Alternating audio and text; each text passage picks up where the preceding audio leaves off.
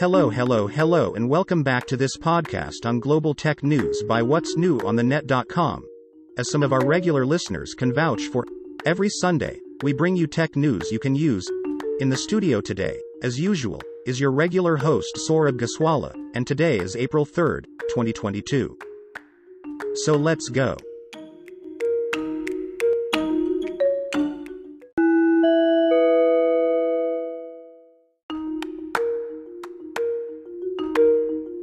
This week, for the US market, Apple announced that Apple Business Essentials was available to all small businesses in that country.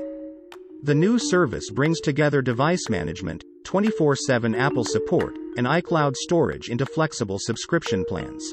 Apple also unveiled new AppleCare Plus for Business Essentials options that can be added to any plan.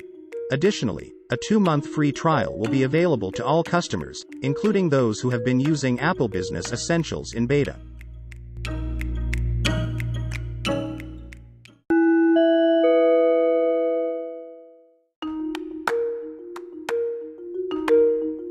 In the hardware world, especially in the world of smartphones, there's been a huge debate around repair or replace.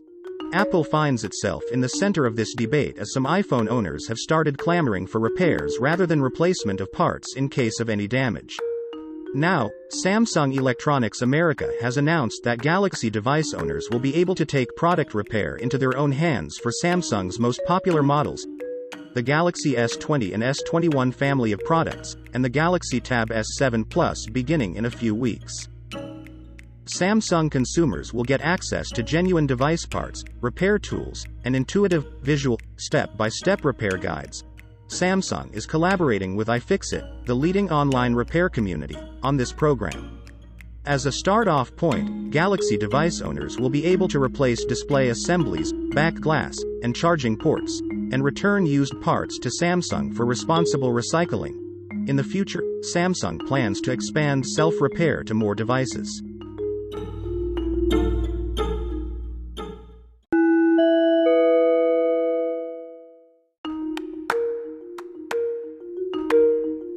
This week, Google launched version 100 of its Chrome OS, and with that, it also introduced a few interesting changes to it. There's a new launcher, which is moving from the bottom to the side of the screen, along with a few more new features. The built-in camera app now also lets you save your creations as a GIF, and the Chrome OS dictation feature now makes it easier to edit your text. Also, for developers, Google has launched a redesigned ChromeOS.dev site. For those of you out there who still don't know what a launcher is, it's like Chrome's equivalent of the Windows Start menu. Under the new design, users can now organize their apps by name or color, or even manually arrange them in any order. Plus, like I said, there are some other changes which you can check out.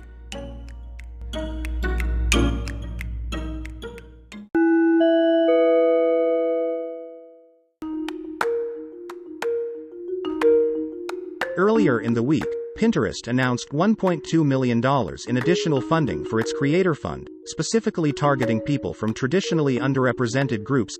The funds, which are a combination of cash grants, ad credits, and equipment, will also extend the program through all of 2022. Recipients will receive goods, cash, and services valuing US $25,000 and early access to Pinterest features. They will also get advice and products from each quarter's corporate sponsor. It was only last year that Pinterest started the program with an initial investment of US $500,000.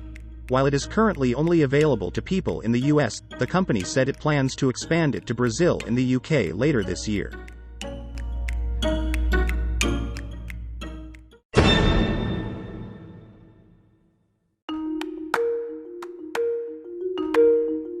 Here is a shout out to founders, co-founders, CEOs, CTOs, and C-suite guys of tech unicorns, businesses, and startups around the world. Come share your business story on our weekly podcast.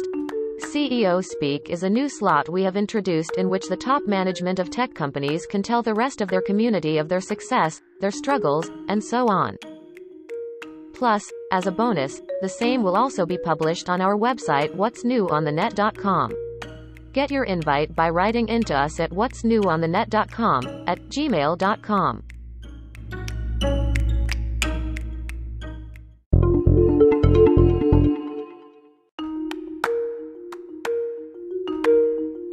And now, in this week's startup segment, I am gonna talk about a new web browser island that emerged from stealth mode in February this year. This week, Island became one more unicorn to join the list of other unicorns, having managed to get Series B funding of $115 million recently, taking its valuation to $1.3 billion. According to the team at Island, the core difference between Island's browser and the other rivals in the market was the added focus on cybersecurity. According to Island, typical browsers are entirely unsuitable for use in a business context, and this is the loophole it hopes to plug. Although Island's service is built on the Chromium engine, it places a number of restrictions on the way in which end users can interact with the web. For example, the Island browser gives security teams control over simple functionality such as copy and paste, screen capture, and content downloads. It also places limits on the kinds of extensions that users can install and the domains that can be visited. Fair enough, I say, let's see how this one pans out. A word of caution. Listeners are strongly advised to do their due diligence before buying or downloading any of the startups featured here. Startup profiles are only for information purposes, and this podcast does not vouch for any of their features.